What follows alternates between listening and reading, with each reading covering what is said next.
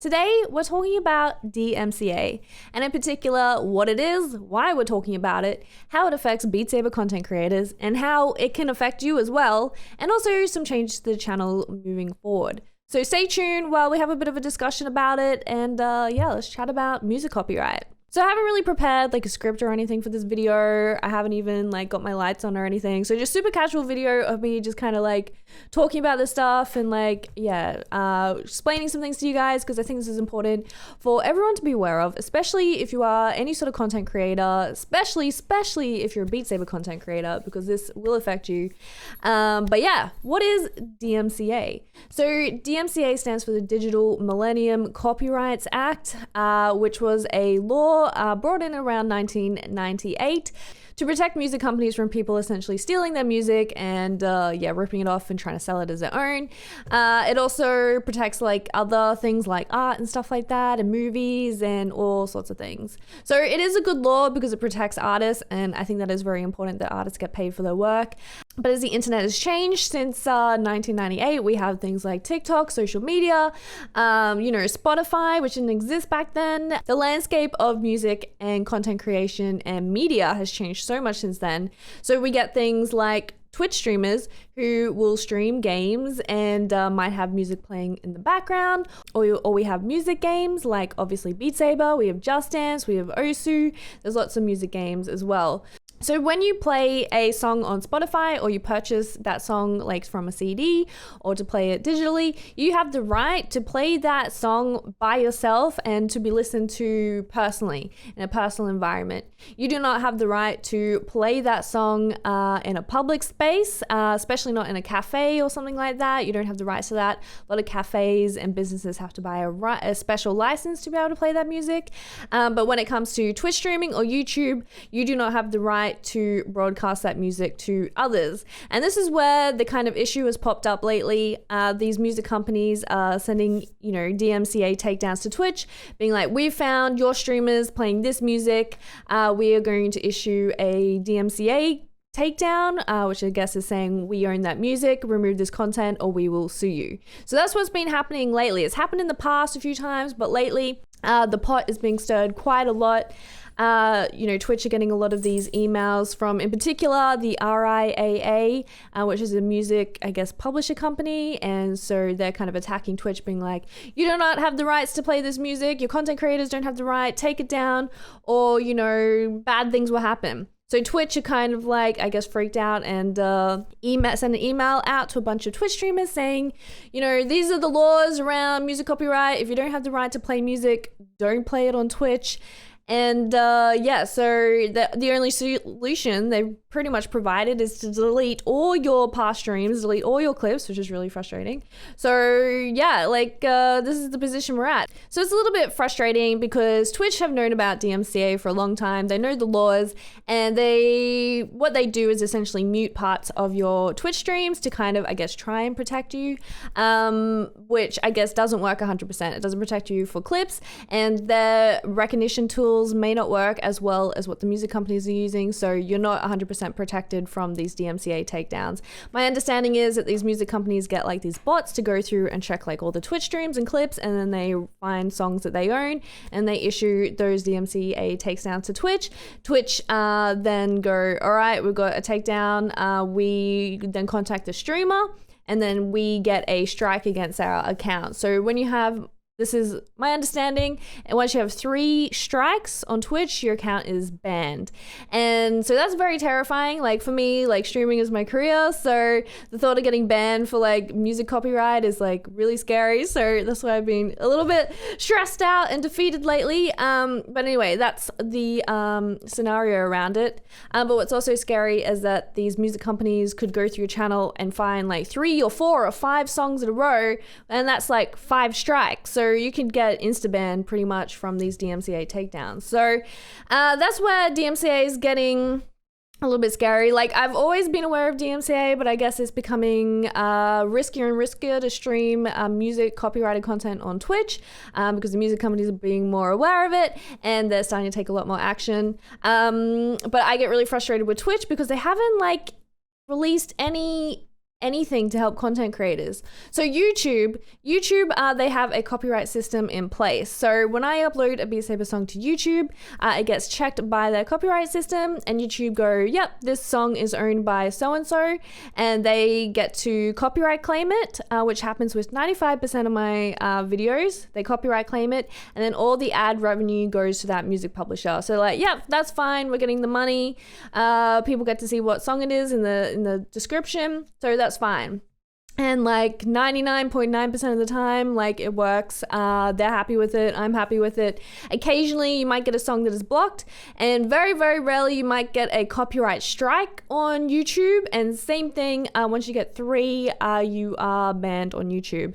So I've never had a copyright strike on YouTube, and I think, yeah, you can still get them for particular songs. Some music companies are like, nope, can't put that song up on YouTube at all, which then they'll strike you to remove it, which is frustrating again, because it's like, just tell me to remove it, you don't need to strike me. But anyway, so YouTube has these really good procedures in place. Same with Instagram. Instagram's got auto detection, and they go, yep, we'll get rid of that. Same with TikTok. They're just like, yep, we'll just remove it once we find that there's a song someone was taken down. Twitter, same thing, that you can get DMCA strikes on Twitter. I've had 3 on Twitter. I haven't been banned, fortunately, but yeah, I don't upload any music content to Twitter anymore. But with Twitch, it's basically like, you're screwed, good luck, see you later. So yeah, that's the position I'm at. A little bit, I guess, lost to like whether I can continue to stream Beat Saber content or not. So yeah, so for any Beat Saber content creators, if you're not aware of DMCA, this is, I guess, a very important thing to be aware of. Yeah, that you are putting your channel at risk. Like, it may not be a big deal now, or maybe this is all just a false alarm, but regardless, it is a law, so you do have to be aware of it. So I think it is very important that if you are a content creator of any sort, especially Beat Saber content creator, or wanting to be a Beat Saber content creator, that you are aware of the copyright laws, that essentially you do not have the rights to play the songs and broadcast them. If you're playing the Beat Saber OST, like the main songs, and there's a couple of music packs and extras that you are allowed to play, you do have permission to play them. But things like the Green Day music pack, the Panic at the Disco pack, like things like that, you do not have the rights to broadcast that music, and you are at risk of getting DMCA. So yeah, it's a very frustrating thing. And yeah, same like with YouTube, like I don't make any money on my YouTube pretty much, because I upload, you know, top 100 songs like Dua Lipa and Doja Cat, so they all get copyright claimed, and all that money goes to music publishers, so I don't make any money there, which is fine. I love playing Beat Saber, it's not a problem, but when I put my channel at risk, it's a very scary thing. So yeah, but if you're not like a Beat Saber content creator, or even a content creator at all, you're like, why does this affect me? I don't care. But you are still at risk. So say if you take a video from TikTok or something like that, and you share that to Twitter or like Instagram or wherever, you're still at risk to these takedowns. So even just sharing a TikTok video to Twitter and it's got a song in it, you can then get issued a DMCA takedown there, which I see happen a lot of the time. They're very slow on Twitter. They take a few months to come through. So yeah, just I guess be really aware if you are sharing content anywhere on the internet that has music in it. These music companies are getting more and more aggressive, and they may issue takedowns, and it's then at the discretion of the platform whether they ban you or not. So I have seen a lot of arguments of people saying, well, you know, doing things like Beat Saber or Just Dance is fair use. And I guess not quite. Like, let me say, I'm not a lawyer. This is just what I've been researching, and I recommend that you do your own research on all of this stuff. But yeah, I've seen people say, oh, it's fair use to do this stuff, but it doesn't really, like, my understanding of fair use is that it has to be like parody or educational, and I don't believe like Just Dance or Beat Saber is those things. Some would argue that it's transformational, so it then is fair use, but the problem with is, like, sure, you may have a valid argument, you still need a lawyer to be able to go argue that for you. And whether you have to go to courts to argue that, or whether, you know, you just need a lawyer to argue that with you kind of via email or something, like, it still costs money to pay a lawyer. You can't just like email back these music companies, be like, oh nah mate, it's fine, it's fair use, don't worry about it. They're gonna be like, no, give us money. So yeah, very frustrating. These music companies are very money hungry, and yeah, they're targeting Twitch at the moment.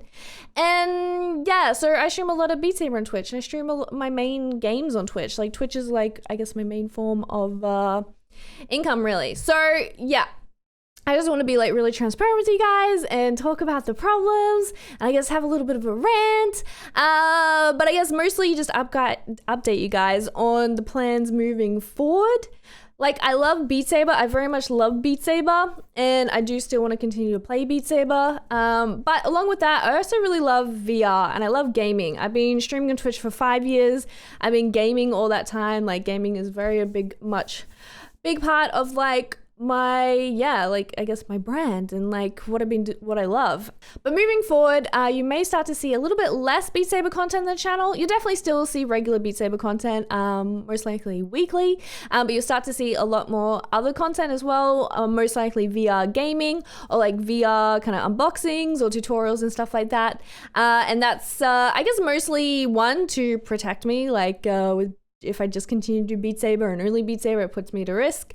And two, like, I want you guys to know me, I guess, as more like the VR girl rather than just the Beat Saber girl. Yeah, like I love VR games. I'm having so much fun playing VR games on my channel at the moment. I'm having a lot of fun editing these gameplay videos. And I know a lot of you guys may not be into gameplay stuff, but that's totally fine.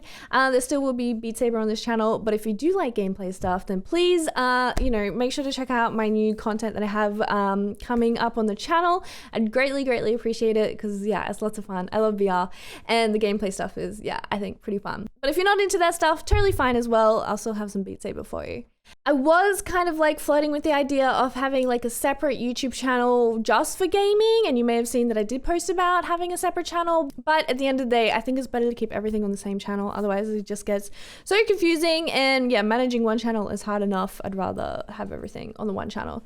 But yeah, that's kind of an update for future content, and whether I'll keep streaming Beat Saber or not, I don't know. You'll just have to follow my Twitch streams and find out. And yeah, I'll definitely have some more content for you guys this channel, including tutorials, VR gaming stuff, maybe some normal PC games like Among Us, because that's fun, and of course lots of Beat Saber stuff still. Don't worry, there'll still be Beat Saber. Don't worry.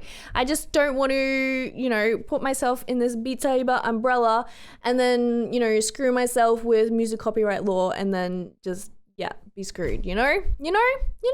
But anyway, that's just kind of like my brain dump of all this music copyright stuff, and I hope this video makes sense, and I hope you guys are well. I always love your support. I really appreciate it. The support on my channel has been insane this year. I'm still mind blown. I'm like, I don't know what I'm doing. But yeah, you guys are awesome, and I appreciate you a lot. But I'll see you in the next video, and Oculus Quest video coming soon, I promise, for custom songs. I promise. It's almost done. Okay. Bye!